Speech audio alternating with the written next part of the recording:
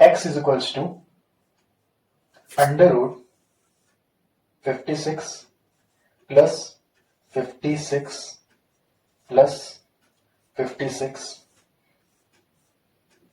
ऐसे ऐसे करते करते प्लस इनफाइनाइट तक ये सीरीज चली जा रही है ना, इनफाइनाइट तक ये सीरीज चली जा रही है। अब क्वेश्चन ये है कि क्योंकि ये सीरीज इनफाइनाइट तक जा रही है तो इसको सॉल्व कैसे करेंगे, इसका आंसर कैसे पता करेंगे, है ना। तो ये सोचने वाली बात है। तो आइए देखते हैं। अब एज्यूम करिए, ये एज्यूम करना होगा, हमको सोचना होगा कि एक समंदर है, बड़ा सा समंदर है ना, ये बड़ा सा समंदर है। अगर इस समंदर में से हम इतने पार्ट को देखें, इतने से ही पार्ट को देखें, है ना, तो अगर इतने पानी को, ये पूरा पानी से भरा हुआ है समंदर, अगर हम इतने पानी को हटा दें, नजरअंदाज कर दें, या दूसरे शब्दों में, दूसरी भाषा में मैं ये बता सकता हूं कि समुद्र है बड़ा सा और उसमें से मैंने एक मग पानी निकाल लिया।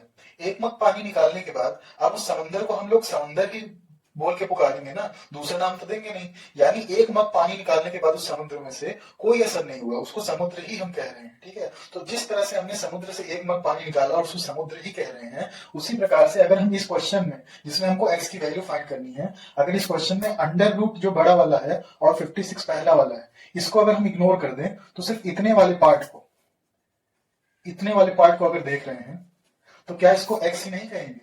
जाहिर सी बात है, ये भी x ही है। तो नेक्स्ट स्टेप में हम क्या लिख सकते हैं? Implies that x is equals to under root 56 plus x, है ना। x is equals to 56 plus under root x, है ना। अब आगे देखते हैं, दोनों साइड स्क्वायर कर सकते हैं, squaring both sides. x is equals to, यानी x square is equals to 56 plus x। अब इसको क्या किया हमने? स्क्वायरिंग बोथ साइड, दोनों साइड स्क्वायर किया।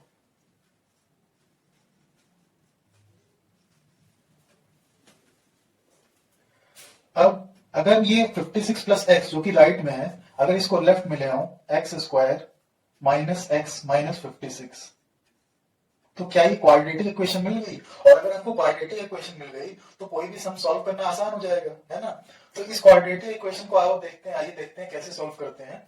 मिडल टर्म स्प्लिटिंग से ट्राई करते हैं, है ना। इस 56 को हम क्या लिख सकते हैं? 8 इंटू 7, और बीच में क्या है?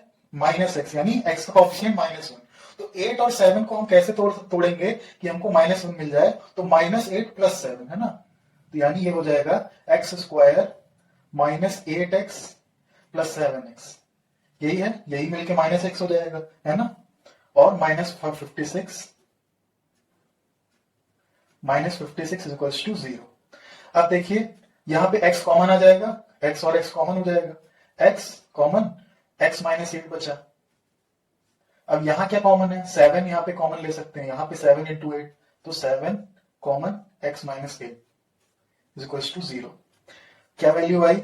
x plus 7 into x minus 8 is equals to 0। ठीक है, यहां तक क्लियर, कोई दिक्कत नहीं है ना।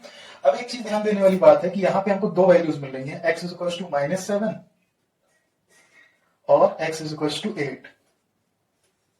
अब ऊपर ध्यान देने वाली बात यह है कि 56 था, प्लस था, फिर अंडर रूट 56 था, प्लस था, फिर अंडर रूट 56 था, प्लस था। हमको कहीं भी माइनस का साइन नहीं दिख रहा है, हर जगह प्लस ही है। तो अगर हर जगह प्लस है तो आंसर कभी नेगेटिव में तो आ नहीं सकता, है ना। तो अगर आंसर नेगेटिव में नहीं आ सकता तो x इज इक्वल्स टू -7 तो रॉन्ग हो जाएगा, x इज इक्वल्स टू -7 ये आंसर नहीं आएगा, है ना। तो आंसर क्या आ जाएगा अपना? x is equals to 8। तो यहाँ पे हम लिख लेंगे x इज इक्वल्स टू 8 और यही हो जाएगा हमारा आंसर, है ना। x इज इक्वल्स टू 8 क्या हो जाएगा? हमारा आंसर हो जाएगा, ठीक है। अब इसको करने का एक और ट्रिक है, इसको जल्दी कैसे करते हैं। ये तो हो गया हम कैसे पूरे प्रोसेस के साथ अपने कैसे पेपर में कैसे इसको कर सकते हैं, पूरे प्रोसेस के साथ इस तरह से इसको करना है। लेकिन इसको कैसे जल्दी करना है, जल्दी से करना है, इसकी एक शॉर्ट ट्रिक है, उसके बारे में हम बात करेंगे अपने अगले वीडियो में। तब तक के लिए गुड डे।